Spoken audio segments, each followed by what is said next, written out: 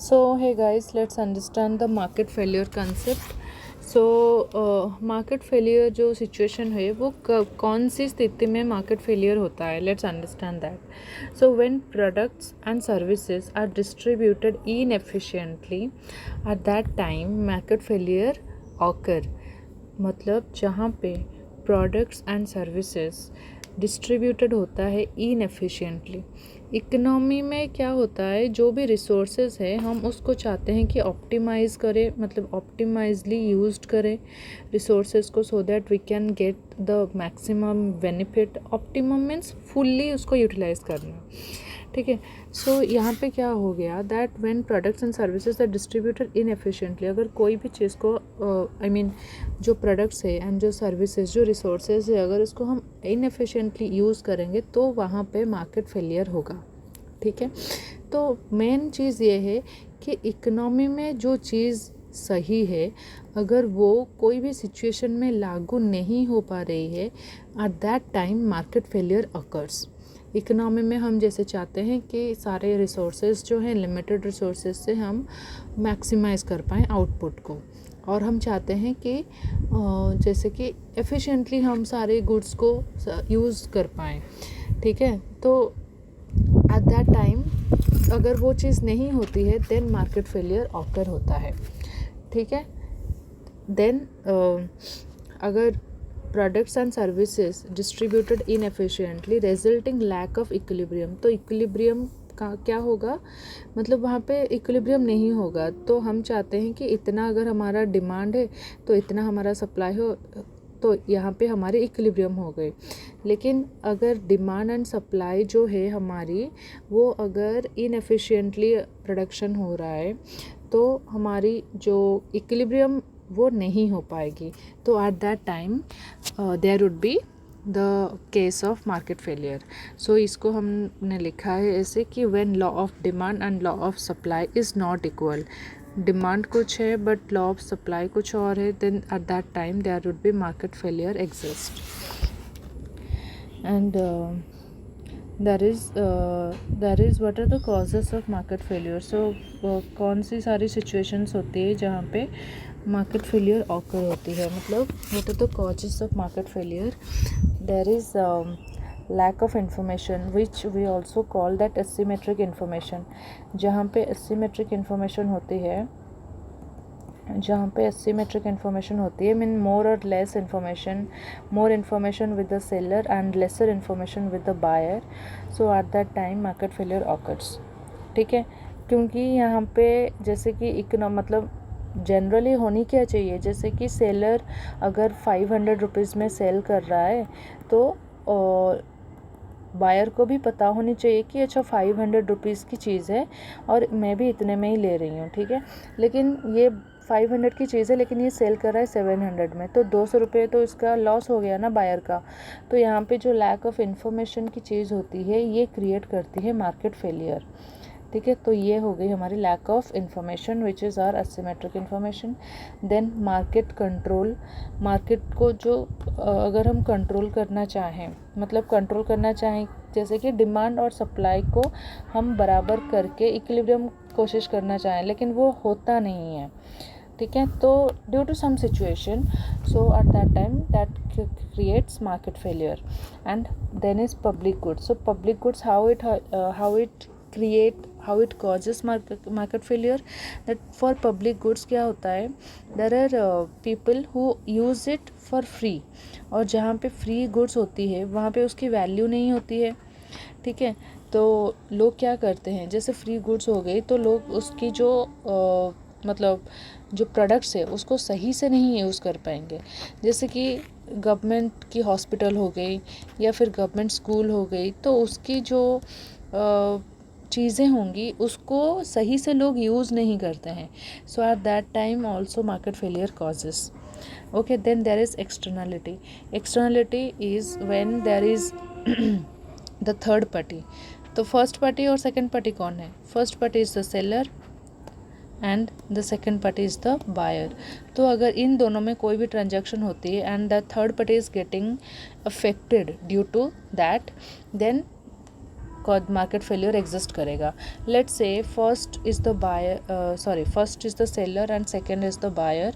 सो ये सिगरेट बेच रहा है एंड ये सिगरेट को यूज़ कर रहा है, that means he is smoking.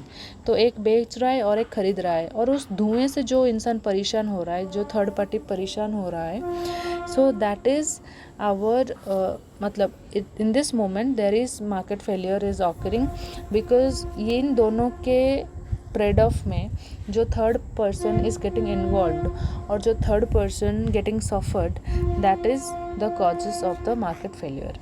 मतलब ये भी एक कॉज है जिसके वजह से मार्केट फेलियर होती है. एंड ये भी हो गई negative externality. Okay, so that's the example. And why the market failure happens, same the resources, miss allocation of resources. जितने रिसोर्सेज ऑप्टिमली हमें यूज़ करनी चाहिए उतना हम रिसोर्सेज को फुल्ली यूटिलाइज नहीं कर पाते हैं. For that reason market failure happens. Then optimum uses of resources. Optimum uses means जैसे कि रिसोर्सेज को हम यूज़ करना चाहिए जैसे कि ये फ्यूचर तक भी सस्टेन होकर रहे, और आज के टाइम में हमें इसको एफिशिएंटली यूज़ करनी चाहिए. ठीक है, तो ऑप्टिमम यूज़ ऑफ रिसोर्सेज होनी चाहिए, पब्लिक गुड्स होना चाहिए, मार्केट पावर जैसे कि मोनोपोली हो गया, मोनोपसनी हो गया, ओलिगोपोली मार्केट, ये सारे जो हो गए, इम्परफेक्ट मार्केट्स जो हो गए, ये क्या करते हैं दैट प्राइसेस को ज़्यादा रखते हैं हमेशा. सो दैट यहाँ पे मार्केट फेलियर इस रीज़न से होता है क्योंकि प्राइस को हम एक पॉइंट तक ज़्यादा रख सकते हैं, लेकिन अगर उससे भी ज़्यादा रह गया तो people will not be able to purchase it. So at that time market failure will occur. Then is externality, I have told you, first party, second party. Then is asymmetric information, I have told you. Then inequality. So जो inequality of income जो हो चुका है अभी हमारी country में, ये same नहीं है. कुछ लोगों के पास ज़्यादा है और कुछ लोगों के पास कम है. ठीक है, सो इनइक्वालिटी डिस्ट्रीब्यूशन ऑफ इनकम. तो इनइक्वालिटी होती है जो पुअर और रिचर और पुअर लोगों के बीच में. यहाँ पे एक्चुअली में पुअर होना चाहिए, यहाँ पे रिचर होना चाहिए, क्योंकि ज़्यादा अगर देखें तो middle class, upper middle class इस ग्रुप में आ जाएंगे, रिच तो काफ़ी कम परसेंटेज ग्रुप्स में आ जाएंगे. सो इन दोनों में जो इनइक्वालिटीज़ होती है, देखो लेट्स से कोई एक्स गुड है, इसकी प्राइस है लेट्स से 500 रुपीज़. तो रिच इंसान तो इसको बहुत अच्छे से ख़रीद लेगा क्योंकि उसके पास ज़्यादा पैसे हैं, लेकिन पुअर इंसान इसको नहीं खरीद पाएगा. You would not be able to afford this commodity. तो इस मतलब क्या है इसका कि जो सेम चीज़ है, मतलब जो कि सेम कमोडिटी है, किसी के लिए कम, मतलब अफोर्डेबिलिटी किसी के लिए कम है लेकिन किसी के लिए ज़्यादा है, तो यहाँ पे मार्केट फेलियर हो जाती है. ठीक है, तो inequality is also the causes of market failure. And there is incomplete market. Incomplete market means कि हम गए थे मार्केट कोई भी चीज़ को ख़रीदने के लिए कि 1000 में मुझे एक ड्रेस मिल जाए, लेकिन वो ड्रेस हमें मिल गया 800 रुपीज़ में, 800 रुपीज़ में. तो हमारी क्या हो जाएगी, हमारी वहाँ पे नीड सेटिस्फाई हो गई कि अच्छा मैं 1000 लेके गई थी और मेरा 800 में काम हो गया. लेकिन अगर सेम कमोडिटी को अगर हमें 1200 में वही चीज़ मिलती तो 200 रुपये मुझे लगता कि अरे 200 रुपये मेरे लॉस हो गए. ठीक है, जबकि उसकी एक्चुअल प्राइस कितनी है, वो 1000 है. सो ये हो गई हमारी इनकम्प्लीट मार्केट, क्योंकि यहाँ पे बायर एक अपना लेकर चलता है कि ठीक है मुझे इतनी मतलब इतना बार्गेन करके मुझे इतने में लेकर आना ही है अपनी चीज़. लेकिन अगर उस वहाँ पे उसको ज़्यादा पे करने पड़ रहे हैं सेम कमोडिटी के लिए, तो वहाँ पे हो गई हमारी इनकम्प्लीट मार्केट. यहाँ पे और एक भी है common property resources. Common property resources, जहाँ पे कोई भी गुड्स, जैसे पब्लिक गुड्स में क्या होती है, कोई भी गुड्स अगर हो गए, अगर वो फ्रीली अवेलेबल है तो उसकी उतनी वैल्यू नहीं होगी. ठीक है, तो अगर उतनी वैल्यू नहीं होगी तो डिमांड एंड सप्लाई वहाँ पे काम नहीं कर सकता. डिमांड ज़्यादा हो जाएगा और सप्लाई कम हो जाएगी, क्योंकि वो गुड्स जब भी मतलब फ्रीली अवेलेबल है ना, वो सबके लिए अवेलेबल होती है ना. तो वहाँ पे या फिर डिमांड, लेट्स से डिमांड कम हो गई और सप्लाई ज़्यादा हो गई, कुछ भी हो सकता है. So at that case, in that case what will happen, that common property resource is a cause of market failure.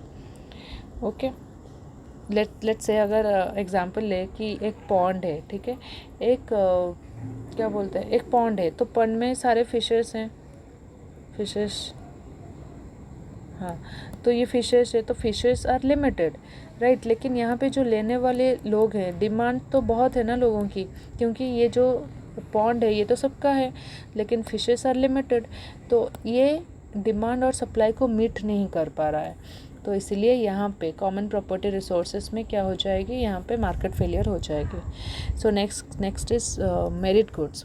So merit good हमेशा क्या होता है, हमारा अंडर कंज्यूम रहता है, क्योंकि मेरिट गुड्स जो होती है वो गवर्नमेंट उसको देता है, मतलब गवर्नमेंट उसको प्रोड्यूस करता है, प्रोड्यूस बाय गवर्नमेंट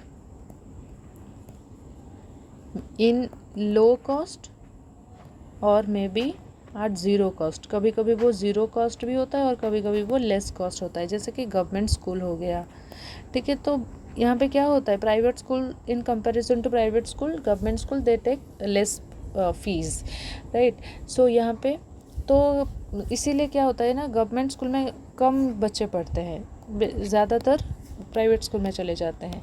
तो जहाँ पे मेरिट गुड्स, जहाँ पे गवर्नमेंट कर रही है लोगों के लिए, लेकिन लोगों का माइंडसेट अलग हो जाता है कि गवर्नमेंट का जो स्कूल होगा वो अच्छा नहीं होगा, एनी रीज़न होगा, ठीक है। तो वहाँ पे क्या हो गई, ये जो मेरिट गुड्स है वो उसकी कंजप्शन कम हो गई, क्योंकि most of the students they are going to private schools.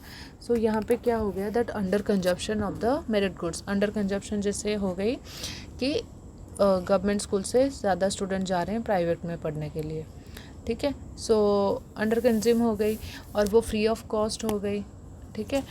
तो ये हो गई मार्केट फेलियर। तो यहाँ पे भी हमारे क्या होती है, मार्केट फेलियर होता है, क्योंकि गवर्नमेंट मतलब गवर्नमेंट अपना कर रही है कि 100 स्टूडेंट को मैं एडमिशन दे सकता हूँ, लेकिन टोटल 80 स्टूडेंट्स आते हैं, ठीक है। तो एफिशिएंटली यूज़ नहीं हो रही है ना वो चीज़, तो वो हो गई merit goods. I hope you understand. Merit goods में क्या होता है, जैसे कि कोई भी गुड्स है, अगर उसका अंडर कंजप्शन हो रहा है, उसका पावर है कि ये 100% ये काम करेगा, लेकिन क्या हो रहा है कि लोग इसको उतना यूज़ नहीं कर रहे हैं, दैट मीन्स वो अंडर कंज्यूम रह रहा है, ठीक है। तो वो जो सिचुएशन क्रिएट होगी वो होगी मार्केट फेलियर, ठीक है। देन इज़ अनस्टेबल मार्केट, जहाँ पे लेट्स से इन्फ्लेशन है, जहाँ पे रिसेशन है, at that moment price and demand और प्राइस और सप्लाई में कुछ ना कुछ इनइक्वालिटीज़ रहेंगी, ठीक है। तो वो हो जाएगी unstable market. Then demerit goods. Demerit goods are harm in consumption. तो जैसे कि वो वही सिगरेट की एग्जांपल ले सकते हैं। तो सिगरेट अगर हम कंज्यूम करते हैं, that is the demerit goods, okay. So but if you are smoking, then this is harm for your health, okay. Next is property rights. अगर प्रॉपर्टी राइट्स जैसे कि जो व्हीकल यूज़ कर रहे हैं, कार यूज़ कर रहे हैं और ट्रक यूज़ कर रहे हैं, whatever they are using, the vehicle they are using, so they have the right to pollute. वहाँ के उनके पास राइट है कि वो पोल्यूट कर सकते हैं, लेकिन यहाँ पे क्या होता है, अगर ज़्यादा पोल्यूशन हो जाएगी वो एनवायरनमेंट को इम्पैक्ट करती है, ठीक है। तो यहाँ पे क्या हो जाता है कि मार्केट फेलियर की सिचुएशन हो जाती है, ठीक है। कि हमारे पास राइट है, लेकिन हम कितना कर सकते हैं, कितने लेवल तक कर सकते हैं, उसका कोई पैरामीटर्स नहीं है। इसीलिए प्रॉपर्टी राइट्स डिसाइडेड होता है कि अगर आप 50% लेट से पोल्यूट कर रहे हो तो इसके लिए आपको इतना 500 रुपीज़ फ़ाइन देना पड़ेगा, ठीक है। तो ये हो गई हमारी प्रॉपर्टी राइट्स, जहाँ पे ये मार्केट फेलियर होती है। And fix how to solve the market failure situation, how to fix this. So there must be intervention of the government. तो अगर government आएगी, government will create some policy, it will bring some new changes so that there can be the equality, or there can be the what we can say, there will be no problem between the buyer and the seller, or decides the price, okay, decide the pollution rights. So ये सब government करेगा. So for that it will create new law लाएगा, tariff use करेगा, tax बसाएगा. अगर cigarette एक की price late से एक पैकेट की प्राइस है 50 रुपीज़, तो उस पर वो टैक्स लगा के उसको 100% कर लेगा. तो टैक्स जो 50 रुपीज़ का यूज़ हुआ, दैट मीन्स को मतलब कितने लोग हैं जो 100 रुपीज़ लेके सिगरेट खरीदेंगे, बहुत कम. तो इसलिए टैक्स को वो यूज़ करता है to solve the market failure problem. Then subsidy देता है। देन ट्रेड रेस्ट्रिक्शन, हर चीज़ का आप ट्रेड नहीं कर सकते हो तो उसके ऊपर कुछ रेस्ट्रिक्शन लगाया जाता है so that market failure occur ना हो। And important, lack of demand is not the cause of market failure. Lack of demand is not the cause of market failure. Lack of demand is not the cause of market failure. अगर demand कम है तो that is not the reason of market failure. Demand कम है तो कम होगा, but that's not the case of the market failure. I hope you understand all. Thank you so much.